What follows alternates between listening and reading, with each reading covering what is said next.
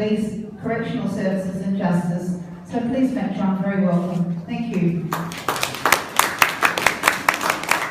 Thank you very much, Julie, and welcome to everyone who's come along this evening to the exhibition Remember the Holocaust, Art and the Holocaust, and particularly I pay tribute to Andrew Steiner, whose life's mission is in many ways to inform and educate, and through his art inspire a better understanding for modern generations and the next generations about the Holocaust. I'm going to talk a little bit about the Holocaust and anti-Semitism and art and education, because this isn't just an artistic exhibit, this is an interactive educational exhibit, and I know that Andrew is going to be taking a number of school tours through this exhibition over the weeks ahead, and I think that the work that he does in that area is laudable and tremendous.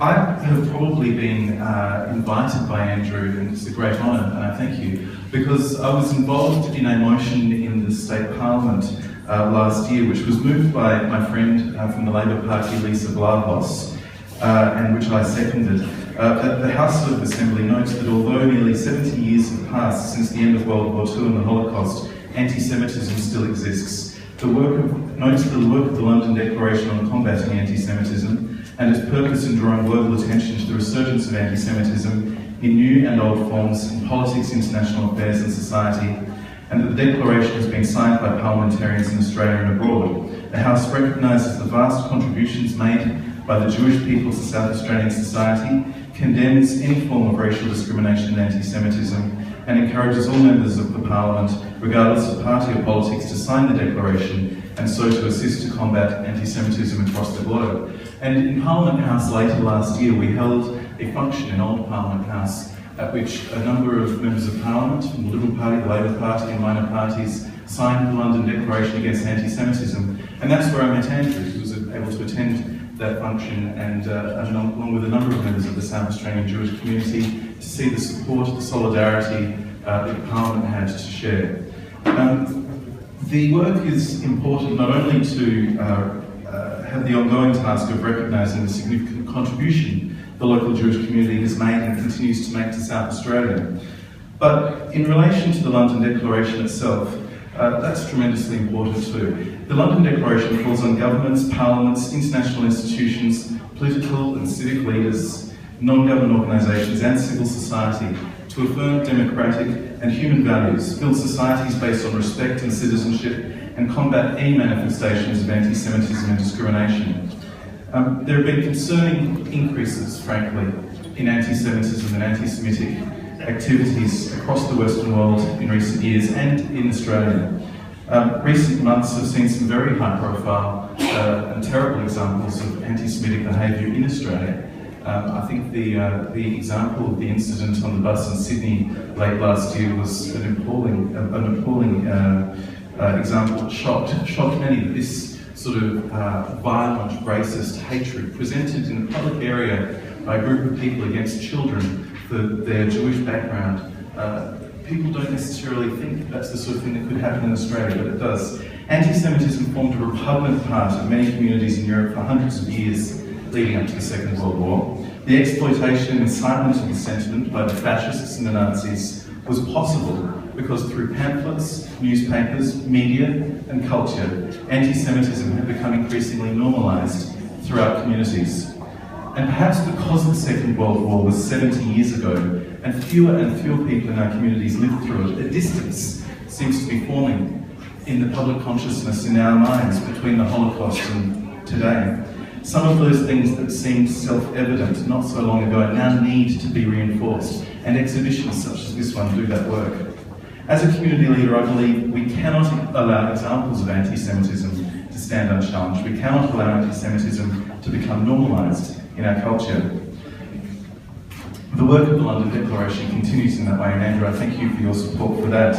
A number of members of Parliament have signed it and will continue that work in the years ahead. But why is this so important? Because the Holocaust, I think, is, for the Western world certainly, the highest profile, the most significant single example of the heinous evil that is consequent when we deny the humanity in each other. When people look at another human being and don't think of them as a human being, then human capacity for evil becomes possible. We've come across our own learnings about the Holocaust in a range of different ways. For myself, I've had wonderful opportunities in life to visit places like Sachsenhausen, to visit the great museums that have these exhibitions. But for a generation now that learns through their mobile telephones about the world around them, who might not have had any experience of meeting somebody who lived through the Holocaust, or was even alive with memories at the time. That's why this sort of exhibition, this education is so important. It's the creation of a shared memory. I want to quote from Holocaust survivor and Nobel laureate Elie Wiesel, who said, "For in the end, it is all about memory. Its sources and its magnitude, and of course its consequences." Now, Andrew Steiner is an artist in the tradition of many great and good and fantastic and passionate Jewish artists of the 20th and 21st century.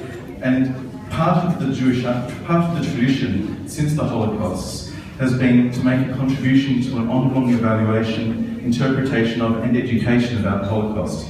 It's the art of those who have drawn, painted and sculpted the humanity in and the inhumanity around the ghettos and the death camps. Scenes of people doing normal human activities in a subhuman world.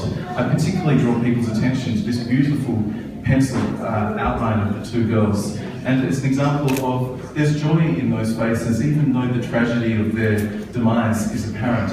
The horror of other artworks in this exhibition is equally apparent from a different perspective. People being exposed to inhumanity that can't be described, but must be and can be expressed through art.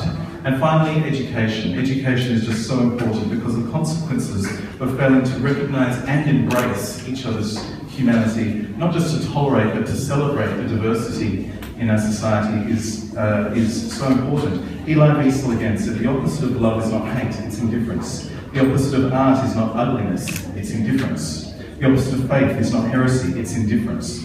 The opposite of life is not death, it is indifference." We must never be indifferent to the Holocaust.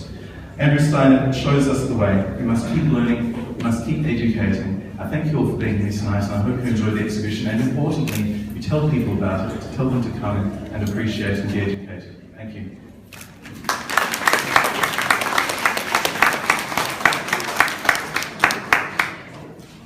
Thank you, John. On behalf of Gallery of Treaty Wines, please accept this gift. And for those of you who would like to know who Andrew is, he's here, and I'd like to let Andrew say a few words.